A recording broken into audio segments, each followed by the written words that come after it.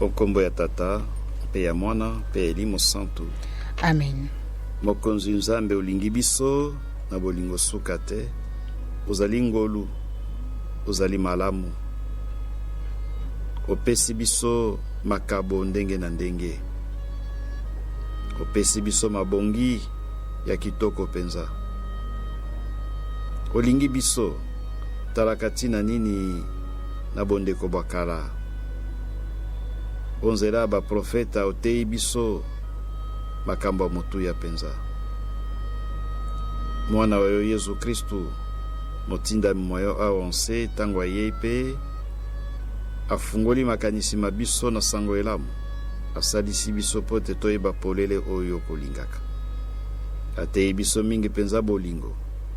Apesi biso mosala ya ba profeta pote biso pe toteya. Toteya bobele lokola biso banganga Nzambe tokosala kate kasi moto na moto oyo esika azwami ayeba kosala mosala ya profeta. Kosalisa baninga pote bazongo nzela sango elamu. Kopesa malako na baninga. Kobatela ezaleli ya biso ba Kristo pote onzela ezaleli ya biso baninga pe bakoka koyeba Nzambe. Manso mana mazali ndenge ya biso ya kokokisa mosala opesi biso boba profeta. Osalisa biso pote awa omikolo miye tokomanyola likolo ya mosala ya profeta. Totongolo na bozindo penza mayo sengi na biso tosala. Pe mayo sengi te tozala boba profeta.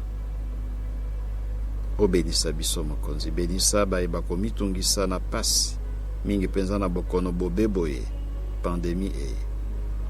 Baye bakolanda biso sika kasi bazali na l'hôpitalo.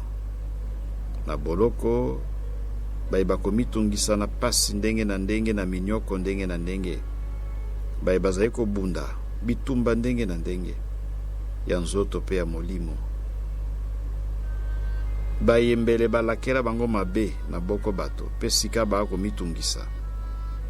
Bakolo batembele soko na bomoi bwa bango bolamu bozali te zali zambi balakela ki bango mabe na baboti babango tope na boko bandeko kati ya libota. Baye balakeli bango mabe mokonzo simba mitema mya bango pote balakisa se bolingo babenisa kasi ba modir te.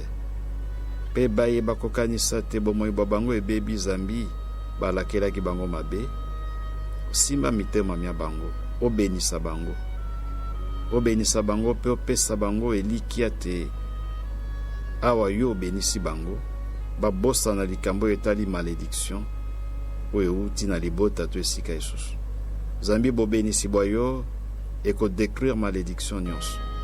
Yango wana mokonzi obenisa pe obatela biso banso.